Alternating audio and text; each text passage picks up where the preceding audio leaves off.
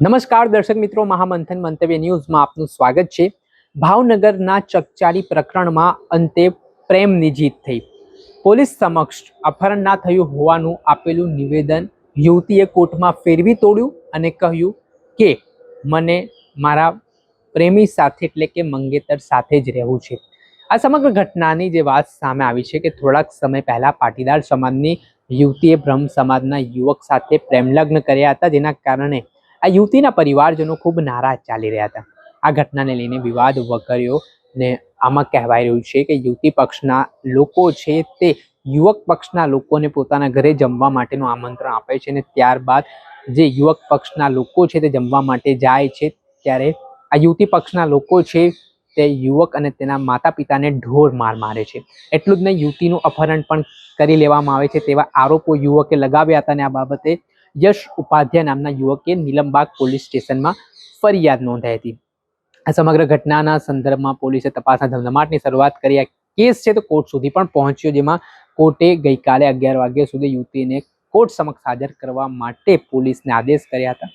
જો કે પોલીસને ભાળ મળી નહોતી। પોલીસે એવી રજૂઆત કરી કે અત્યારે અમને કોઈ ભાળ છે તે યુવતીની મળી નથી। આ મામલાના સંદર્ભમાં તપાસના ધમધમાટની શરૂઆત થઈ ને આ તપાસના ધમધમાટની શરૂઆત થયા બાદ આ ઘટના છે તે સાંજ સુધી જોઈએ તો યુવતી છે તેના દ્વારા આ સમગ્ર મામલે યુવતી નાટકીય ઢબે છે તે કોર્ટમાં રજૂ થઈ। પહેલા તેને પોલીસ સમક્ષ એ પ્રકારનું નિવેદન આપ્યું હતું કે તેનું કોઈ અપહરણ નથી થયું, તે પોતાના માતા પિતાના ત્યાં છે। ત્યારે જ્યારે પોલીસે તેને કોર્ટમાં રજૂ કરી ત્યારે યુવતીએ પોલીસ સમક્ષ આપેલું નિવેદન ફેરવી તોડ્યું અને કહ્યું કે મને મારા પ્રેમી યશ ઉપાધ્યાય સાથે જ રહેવું છે। મને આવી રીતે જે છે જબરજસ્તીથી મારા પરિવારજનો લઈ ગયા અને આ ઘટના બાદ ઘેરા પ્રત્યાઘાત પડવાની શરૂઆત થઈ ને જે રીતે આખો ઘટનાક્રમ છે તે ભાવનગરમાં સામે આવ્યો તેના કારણે મામલો ગરમાવાની શરૂઆત પણ થઈ છે। હું અમારા કાયદાના નિયમ પ્રમાણે સત્યની જીત થઈ છે એમ કહીશ, કારણ કે ઘણા લોકોને એન કેન પ્રકારે ખોટું કરીને આ છોકરીને છોકરાને અલગ પાડવા હતા, પણ જે સત્ય હતું એ છોકરીએ ન્યાયાધીશને કીધું હશે ને ન્યાયાલયે સત્યનો સાથ આપીને સત્યની જીત કરી અને દીકરીએ કીધું કે મારે યશ સાથે જ રહેવું છે। આથી પોલીસ પ્રોટેક્શન સાથે ન્યાયાધીશે ઓર્ડર કર્યો અને બંને સાથે અત્યારે ગયા। બે દિવસમાં ઘણા એવા વળાંકો આવ્યા, યુવતીનું સ્ટેટમેન્ટ ફરી ગયું, પાછું કોર્ટ સમક્ષ પણ સ્ટેટમેન્ટ જે ફરી ગયું। પોલીસની કેવી રોલ હતો આ બાબતે? પોલીસનો રોલ મારા અનુભવ પ્રમાણે વન સાઇડ હતો, એક પક્ષકાર જેવો હતો કે જ્યારે ખબર છે કે આટલું બધું માર્યા છે, આ છોકરાને આટલું વાગ્યું છે, એના મમ્મીને આટલું વાગ્યું છે, છતાંય આજ દિવસ સુધી એના પર સામેવાળા પર કોઈ એક્શન નથી લીધા। તો જ્યારે અમે કોર્ટમાં અમને ખબર પડી ગઈ કે અમને ન્યાય નહીં મળે, કારણ કે એફઆઈઆર માં અમારે વાર લાગી।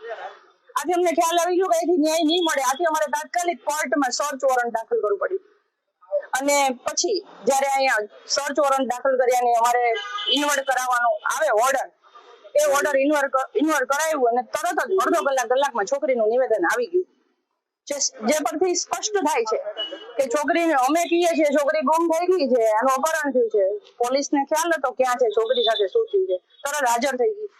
એ જ રીતે આજ સવારે એને હાજર કરવાની હતી ત્યારે પોલીસે કીધું છોકરીનો ફોન સ્વિચ ઓફ આવે છે, પણ અંતમાં ભલે જ્યારે લેટ તો લેટ, મોડું તો મોડું, પણ છોકરીએ સત્ય કીધું ને સત્યની જીત થઈ।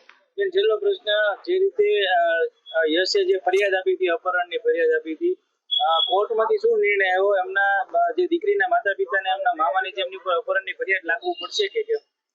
અત્યારે જે અમારો કોર્ટમાં કેસ દાખલ થયો હતો એ સર્ચ વોરંટ નો હતો, અરજદાર પતિ હતો અને એની પત્નીને ગોંધી રાખી છે, એનાથી દૂર કરવા માટે એનું અપહરણ કરીને લઈ ગયા છે।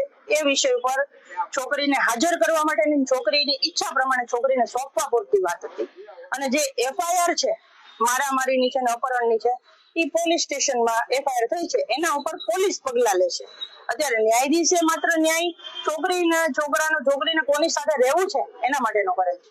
મારું નામ મિલનભાઈ શુક્લ છે અને આજે જે ઘટના હતી એમાં આમ તો ન્યાયનો જે પરિભાષા હોય ન્યાયાલયની એ ખરી ઉતરી છે અને અમને ન્યાય મળ્યો છે પૂર્ણ રીતે. કોર્ટથી અમને સંતોષકારક કાર્ય અમારું થયું છે. આ તકે આ પ્રેસ મીડિયાએ પણ જે ખૂબ અમને સહયોગ આપ્યો તો તમારો બધાનો દિલથી આભાર વ્યક્ત કરું છું. અને ખાસ અમારી બ્રાહ્મણ બેન, આમ તો અમારી બેન ગણીએ, દીકરી ગણીએ એવી દર્શનાબેને જે મહેનત કરી છે એનો પણ હું હૃદયપૂર્વક આભાર વ્યક્ત કરું છું. સાથે સાથે ભાવનગર બ્રહ્મ સમાજના ચેતનભાઈ, વિજયભાઈ વગેરે જે લોકોએ સહયોગ આપ્યો, અમારા દર્શનભાઈ જાની બધાનો દિલથી આભાર વ્યક્ત કરું છું. અશોકભાઈ. એટલે આ ઘટનામાં હવે આગામી દિવસોમાં શું અપડેટ આવે છે તે જોવું. દર્શક મિત્રો, આવા જ વિડીયો જોવા માટે મહામંથન મંતવ્ય ન્યૂઝ જોતા રહો.